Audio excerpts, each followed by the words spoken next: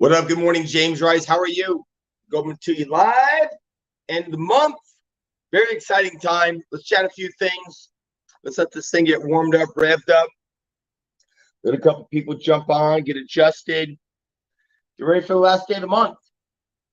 Get ready for a new month. But before the new month, let's finish up the old. Let's finish it up properly. In February, we celebrated. What's up, Tammy? Good morning. In February, we celebrated Valentine's Day. We used Valentine's Day and our heart as our anchor. What up, D? Valentine's Day, our heart was our anchor. And what did that do? That anchored us to come back to our soul, our heart, which is where our decisions are made, as to whether or not we move forward. Because in our head, as you know, we're thinking up the things that we should do, but then our heart will give us the strength, gives us the power, gives us the fuel to either do them or not. So it's crucial that if we're going to move forward, that we are anchored to things that are positive and that bring us back to moving in motion. I talked to somebody yesterday, and I'm going to talk to her again today, and she chatted being self-employed has been very difficult for her because she doesn't have a schedule. When she had a work week, she had a time that she had to be at work, and heck, that chunk took up anywhere from 6, 8, 9 hours of her day, and then the rest of it fell in place around that. Well, when you pull that work out, you pull out a large chunk of your day, it leaves you with what to do.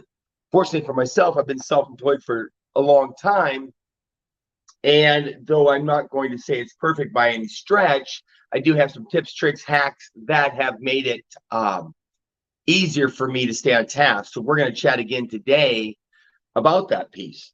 And I'll share a piece about that with you as we get the day kicked off. But I will tell you that the end of the month, to me, the last day is always the same. And a lot of people are talking about, finishing strong, get those last few customers in, hit those last few goals.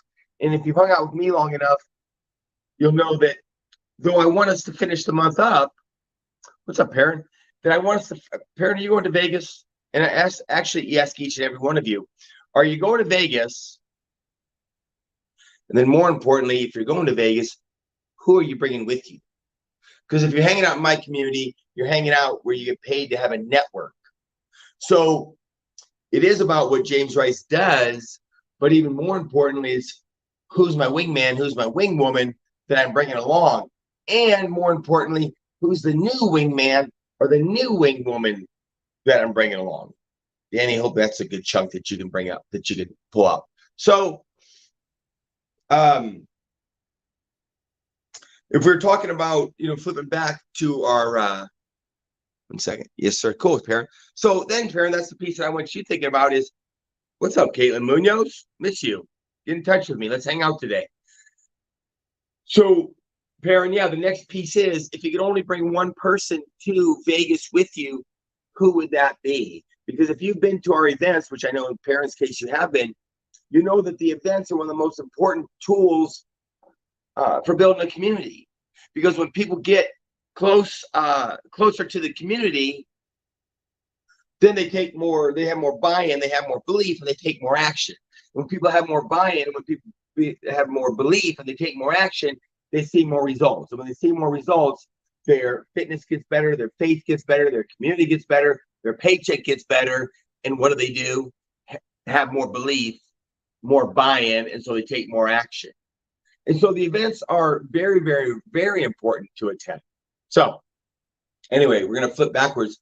What I was chatting with you about real quick, and we won't go into it, but we can Zoom about it sometime, and we can do a live about it, is when you first become self-employed or you're working outside of the office, and even for many of these people who are still employed, but they're in their houses, one of the trickiest things is their schedule.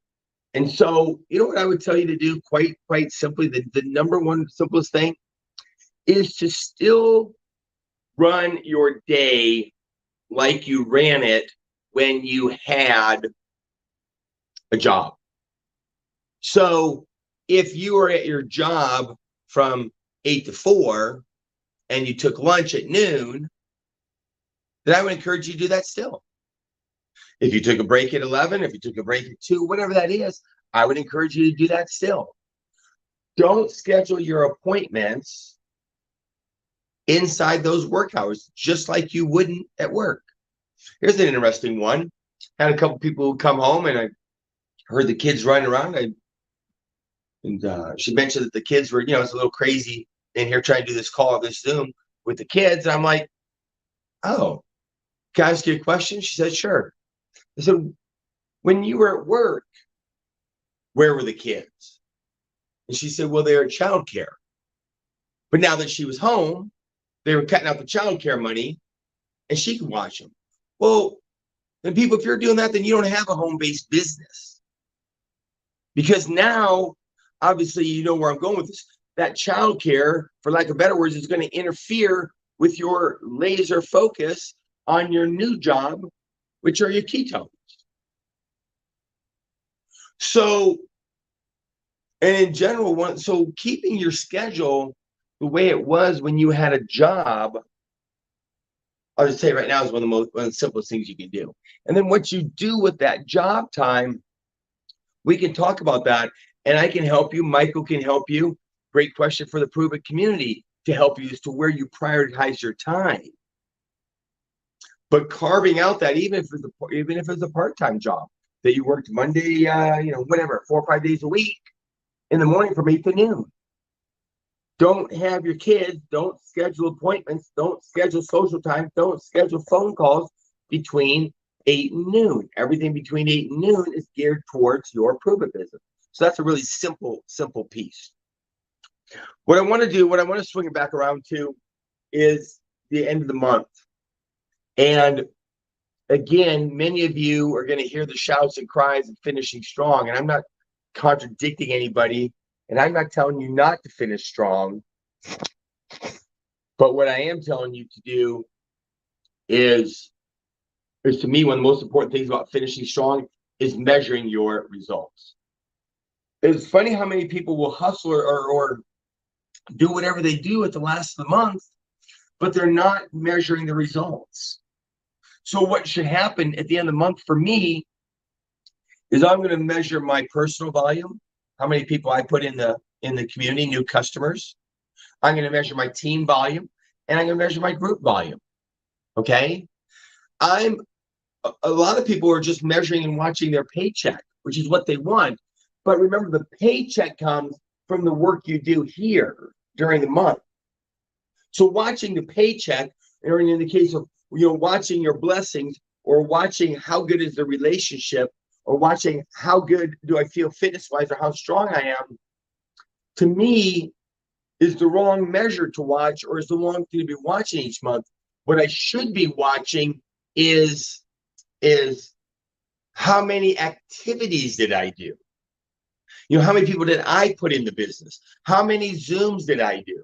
How many lives did I do? Did I jump on a Zoom with somebody? Did I attend a live?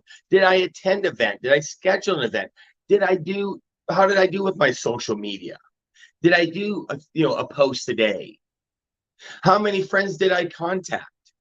What business building activities did I do? Look at that in your fitness. I know that I work out now 4 days a week. So I can measure that on the calendar and keep track of seeing how many of those did I hit. Okay? I know I have church on Sunday. I know I have my reading. Is my reading caught up? Did I hit church on Sunday? Is my tithe set up on automatic draft? If I want to stay in touch with my father, I could keep track of, did I call him, once or twice a week?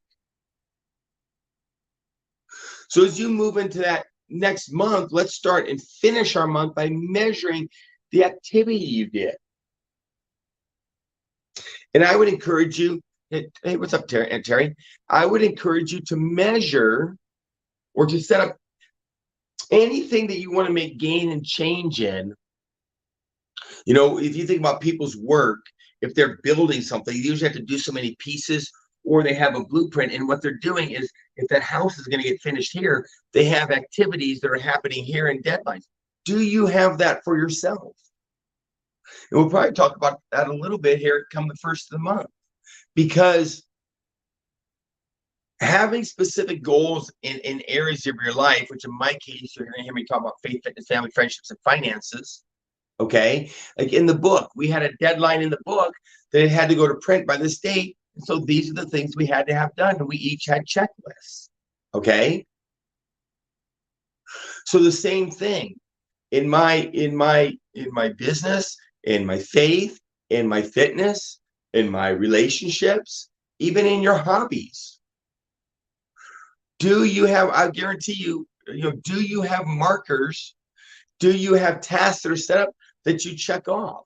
I guarantee you that when Carrie is training the horses, she has a system that she follows. Well, even in mucking the stables, in feeding the horses, in grooming the horses, in vetting the horses, they have a system that they follow. Aunt Terry and Vic now setting up their workout routine. They have a schedule that they follow. And they could keep track and say, hey, we're lifting 4 or 5 days a week. How many days did we lift?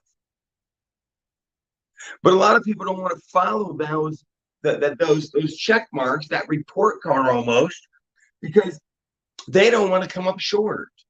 But I'm telling you, people, measuring it and coming up short and then making change is the only way to move forward. And that way you're going to cheer yourself on. As I was talking about to Jamie Alexander, who I don't think's on here, but she should be, she's down nearly 70 pounds. I guarantee you she does that by working on it daily and hitting 5 pounds at a time. So people, if you want to be successful, 1 second, get rid of that message. Yeah, there's Vic right there. He can tell you, him and Terry have set up a routine where they're working out, I believe, 4 days a week, and they should look back now and they should have 16 workouts. If they're going to the walks on Saturdays with Aaron, then they could look at that and say, hey, how many of those walks did I hit? So people, the end of the month for me, rather than a gung-ho random general throw it up there and follow up, for me, I hope that I have measurements that I'm looking at in my faith, fitness, family, friendships, and finances. And I have tasks that I should have accomplished. And do I get an A in all of those tasks? You know what? It's funny. Here's a piece right here that'll happen. I can virtually guarantee you, if you don't set up tasks and measurements that you wanted to do and check them off, you're virtually going to look back and say you did okay. Why? Because you don't have a measurement. Because you really don't have a measurement and you don't have anything that really keeps you accountable. Okay? So a piece that I'm going to do today, and I encourage you to do today, is look back and break it down in those areas where you want to grow and look at the activities that you did. And the cool thing is, if you didn't do as many Zooms as you wanted to schedule, if you didn't do as many posts, if you didn't lose as many pounds, if you didn't make it to the gym as much, if you didn't bring your spouse as many presents as you'd like to, is if you didn't do as much of anything, it's fine. At least you're in the game. I was telling someone yesterday, and she was talking about when I get up and think about it, I think of the things I want to do, but between getting up and breakfast, I lose that direction. I said to her, well, at least you're thinking about it. The most dangerous spot is when your relationship is a mess, but you're not even thinking about it anymore. When your weight, when your eating disorder is so out of line that you don't even think about it anymore. You can ask many of the people who are in recovery. The most dangerous spot is not when they're thinking about, wow, I need to make a change. The most dangerous spot is when you have an issue and you don't think you have one. Does that make sense? When people are in denial, that's the spot that you don't want to be in. So when you're at least in a spot where it makes you feel bad because you didn't exercise as much, you didn't hit church as much, you didn't do as much as you wanted with your spouse, you didn't do as much as you wanted in your finances, well, at least you have a heartbeat and at least you have a desire. So now if we can come together and put some simple goals in place, again, not what can we do in the next 60 days, but what can we do in the next 60 minutes? If we can put some simple goals in place and then some daily steps that we can get committed to, I guarantee it'll turn around. If you guys haven't followed Vic and Aunt Terry's, that's probably the first time I haven't called her Aunt Terry, Aunt Terry's journey, you would see a journey that has new goals set in place. And one of theirs is fitness. And what did they do? They got a hold of me and said, what kind of program should we have? And then Vic dug into it. And then we talked about it and we tweaked it a little bit. And he kept doing it. And now at the end of it's been a month or two, he's seeing change. And because he has a program. So each and every one of you, and I'm going to leave you with this. You're at the end of February, the end of the month of Valentine's Day, the end of the month where we're anchored to your heart. Have it be a month where you look back and say, these are the areas I want to grow in. These are the activities I believe I should have done to grow. And check off and see what you did. Be open and honest with yourself. I can guarantee you that my couple 3 pounds of weight gain came from allowing Drew to make me banana bread, Johnny Mac and Kara to have me over for dinner. Jen was around more, and so that meant eat out more. Have a couple meeting at Caitlin and Jesse's. That means more food out and those pieces. And so I want to continue to have those people in my life and those foods. I just need to be more disciplined. I mean, it's not the end of the world. It's a few pounds. All right, I'll dig into it. It happens to all of us, people. So don't beat yourself up. Okay? Take a look at your month. See where you want to be. Get a whole list of things that you can do in each of those categories: faith, fitness, family, friendships, and finances. And let's set up some goals. Let's set up some activities. Let's set up some activities that we're going to do more of each this month. Okay? It's going to create more result. Robert Goins, I'll tell you one. When someone gets in touch with your new people, it's a phone call. It's not text message.